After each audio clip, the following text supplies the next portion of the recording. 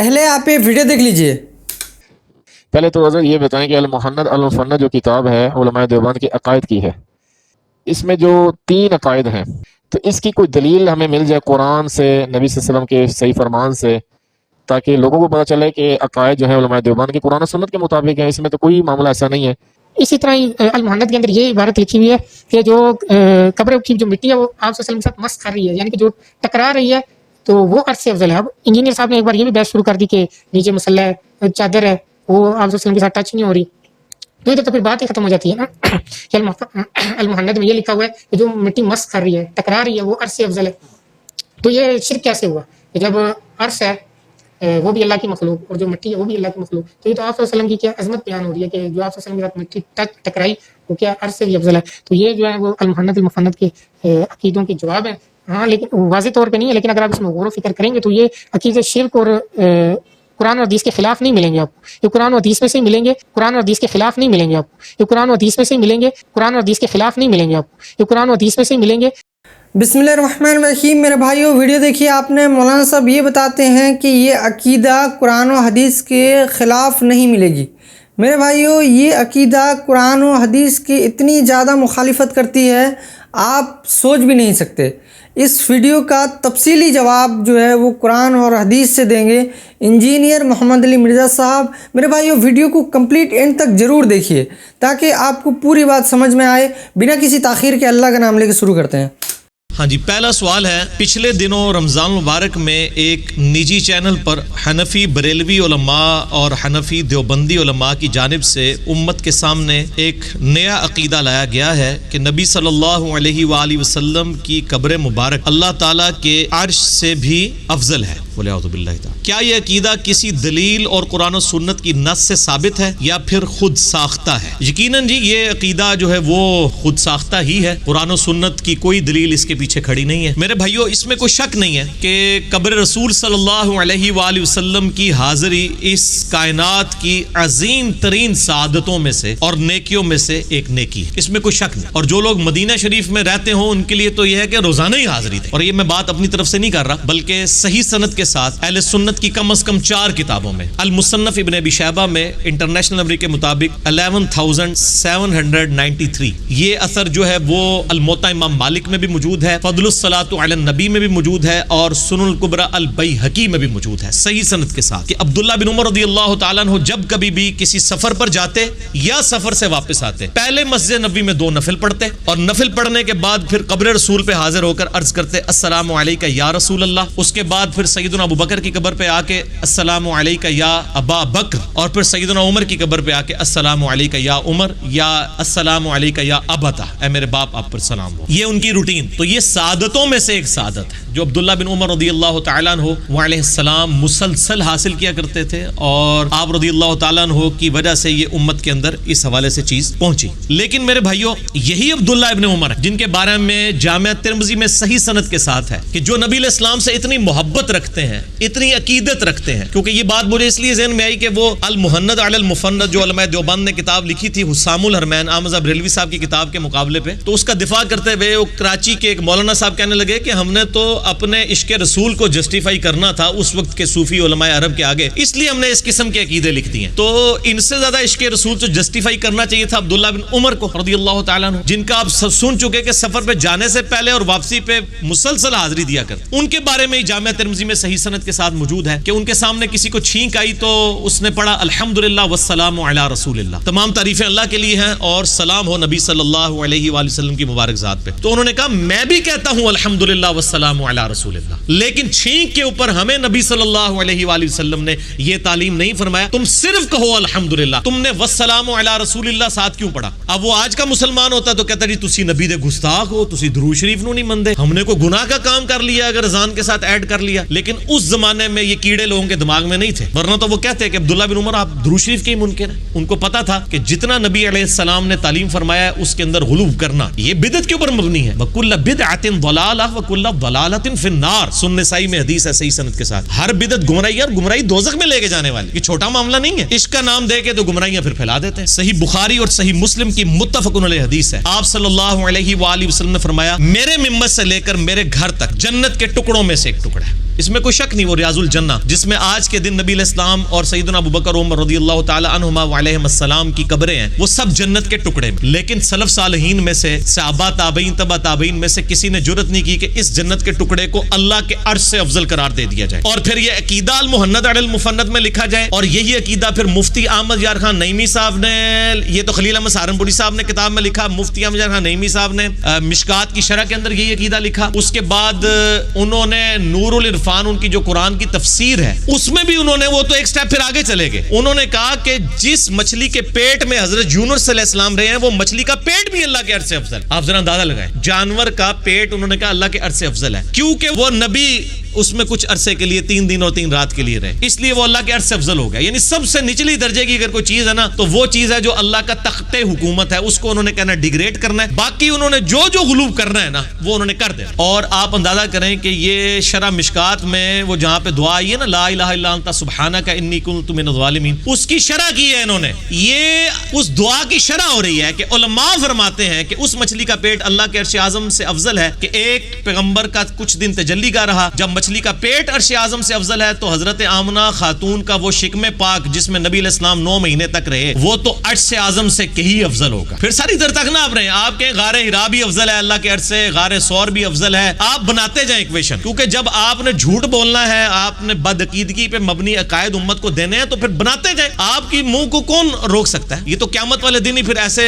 لوگوں کے ساتھ جب معاملات ہوں گے، پھر ان کو پتہ چلے گا کہ امت کے ساتھ کیا کر کے گئے ہیں۔ میرے بھائیو، اللہ تبارک و تعالیٰ نے اسی اصولی مسئلے کو بیان کیا ہے کہ اللہ تعالیٰ کے بارے میں آپ نے کوئی بھی ایسا عقیدہ نہیں رکھنا جو حق کے اوپر مبنی نہ ہو، اپنی طرف سے امت کو انجیکٹ نہیں کرنا، اور یہ کہہ کہ یہ فروعی مسئلہ ہے، رکھ بھی لیں تو ٹھیک، نہ بھی رکھ لیں تو ٹھیک، یہ اصولی مسئلہ ہے، فروعی مسئلہ نہیں ہے۔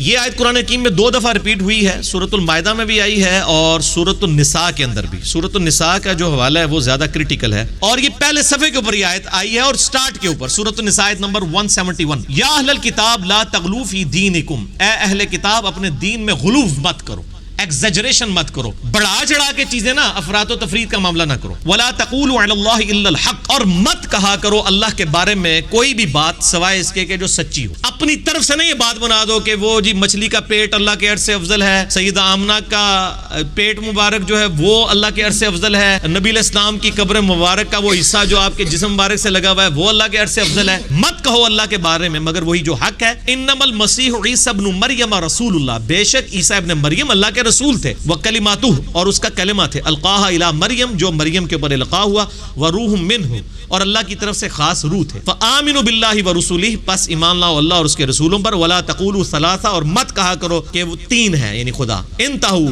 باز آ جاؤ، خیر لکم، اس میں تمہاری خیریت ہے، انما اللہ الہ واحد، اللہ تو نہیں ہے الہ مگر وہ اکیلا، سبحانہ، وہ پاک ہے، ان یکون لہ ولد، اس چیز سے پاک ہے کہ اس کے لیے کوئی بیٹا تجویز کرے، لہ ما فی السماوات و ما فی الارض، زمین و آسمان کی بادشاہی اسی کے لیے ہے، وکفا باللہ وکیلا، اور وہی اکیلا ہے کارساز۔ یہ عیسیٰ ابن مریم کے ساتھ یہی کچھ تو کیا تھا نا ان کے ماننے والوں نے، جو صحیح بخاری میں حدیث ہے، صحیح سند کے ساتھ، ظاہر بخاری کے اندر موجود ہے، کتاب الانبیاء چیپٹر میں آپ صلی اللہ علیہ وآلہ وسلم نے فرمایا، دیکھنا میری شان کو اس طرح بلند نہ کرنا جس طرح عیسیٰ ابن مریم کے ماننے والوں نے ان کو بڑھا دیا، حتیٰ کہ ڈیوینٹی میں کلیم کر دیا، میں اللہ کا بندہ اور اس کا رسول ہوں، مجھے اللہ کا بندہ اور اس کا رسول ہی کہنا۔ یہاں عیسیٰ علیہ السلام کے ساتھ انہوں نے یہ عقیدے وابستہ کیے، اور اس امت نے وہی کام جو ہے نا وہ نبی علیہ السلام کے ساتھ کرنا شروع کر دیا۔ بخاری مسلم کی متفق علیہ حدیث ہے، میری امت میں وہی خرابیاں پیدا ہوں گی جو اگلوں میں پیدا ہوئی تھی۔ صحابہ نے پوچھا یہ اگلوں سے مراد کیا یہود و نصارہ ہیں؟ آپ صلی اللہ علیہ وآلہ وسلم نے فرمایا کہ اگر وہ لوگ مراد نہیں تو اور کون سے لوگ مراد؟ وہ بھی غلوب کرتے تھے اپنے دین کے بارے میں، اپنے انبیاء کے بارے میں، اس امت نے بھی وہی کام کی۔ میرے بھائیو،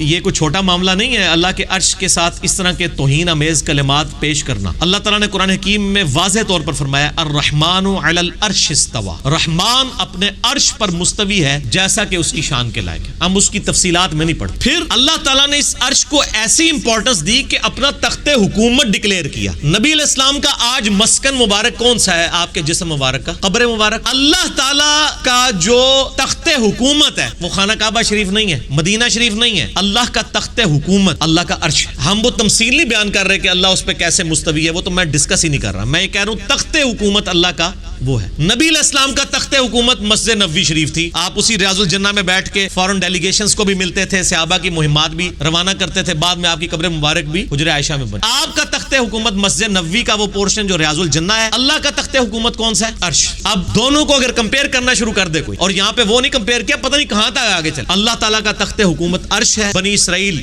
سورہ بنی اسرائیل کی آیت نمبر ہے 42 اسی کانٹیکسٹ میں. اعوذ باللہ من الشیطان الرجیم, بسم اللہ الرحمن الرحیم. قل لو کان معہ الہ, اے نبی علیہ السلام, الہۃ, فرما دیجئے کہ اگر اللہ کے علاوہ کوئی اور الہ ہوتا, کما یقولون, جس طرح کہ یہ کافر کلیم کرتے ہیں, اذا لابتغوا الی ذی العرش سبیلا, تو وہ ضرور اللہ کے عرش کی طرف کوئی راستہ تلاش کرتا. سبحانہ و تعالی, وہ پاک ہے, بہت ہی بلند ہے. عما یقولون علوا کبیرا, جو لوگ اللہ کے بارے میں یہ جھوٹے عقیدے پروپیگیٹ کرتے ہیں, اللہ بہت پاک ہے, اللہ کو کوئی فرق نہیں پڑتا, وہ بہت بلند ہے اور بہت بڑائی والا ہے. اللہ طرف ماتا ہے اگر اللہ کے علاوہ کوئی اور الہ ہوتا نا اس کائنات میں, تو اللہ کے عرش کی طرف, اس عرش والے کی طرف راستہ تلاش کرتا کہ اس کے تخت حکومت کے اوپر قبضہ کر لے. جس طرح دنیا میں بھی ہوتا ہے, ایک بادشاہ دوسرے کے تخت حکومت پہ قبضہ کرنے کی کوشش کرتا. اللہ نے اس لیول پہ عرش کو ڈکلیئر کیا ہے. اب ان بابوں سے اور بابیوں سے پوچھیں کہ آپ کے بابوں نے اللہ تعالیٰ کے عرش کی اس طریقے سے کمپیریزن نبی علیہ السلام کی قبر مبارک کے ساتھ کروایا ہے. یہ آج نبی علیہ السلام زندہ ہوتے, دنیا میں موجود ہوتے, اور صحابہ کرام دنیا میں موجود ہوتے, تو آپ کے بابوں کے ساتھ کیا کرتے؟ یہ خود فیصلہ کرنا. اس لیول کے اوپر آپ لوگ اتر گئے. نبی صلی اللہ علیہ وآلہ وسلم کا اپنا مزاج کیا تھا, میں اس پہ بولوں گھنٹوں بول سکتا ہوں. آپ صلی اللہ علیہ وآلہ وسلم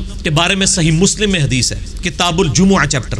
ایک شخص نے نبی علیہ السلام کے سامنے خطبہ دیتے ہوئے کہا, من یطع اللہ ورسولہ فقد رشد, جو کوئی اللہ اور اس کے رسول کی اطاعت کرے وہ کامیاب ہوگا. ومن یعصہما, اور جس نے ان دونوں کی نافرمانی کی, فقد غوا, وہ بہک گیا. اس جملے میں لٹریچر کے اعتبار سے کوئی خرابی نہیں. جو اللہ اور اس کے رسول کی اطاعت کرے وہ کامیاب ہو گیا, جو ان دونوں کی نافرمانی کرے وہ گمراہ ہو گیا.